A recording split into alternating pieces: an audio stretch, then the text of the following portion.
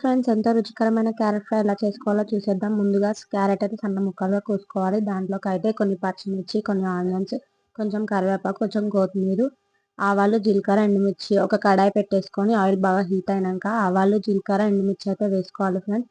బాగా కలిపేసుకోవాలి. కలిపేసుకున్న తర్వాత మనం కట్ చేసి పెట్టుకున్న పచ్చిమిర్చి, ఆనియన్స్ అయితే వేసుకొని బాగా కలుపుకోవాలి. కలుపుకున్న తర్వాత కొంచెం కరివేపాకు అయితే వేసుకోవాలి ఫ్రెండ్స్.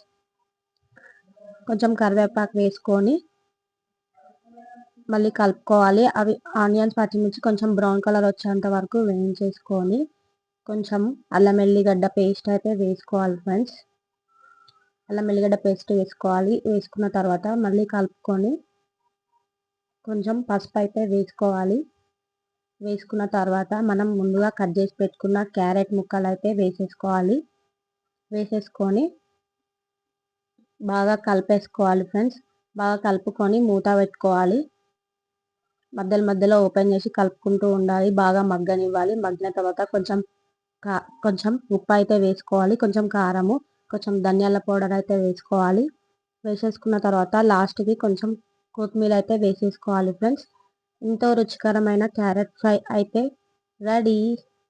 ఎలా ఉందో చూడండి, కామెంట్ చేయండి. వీడియో నచ్చితే లైక్ చేయండి. Bye friends.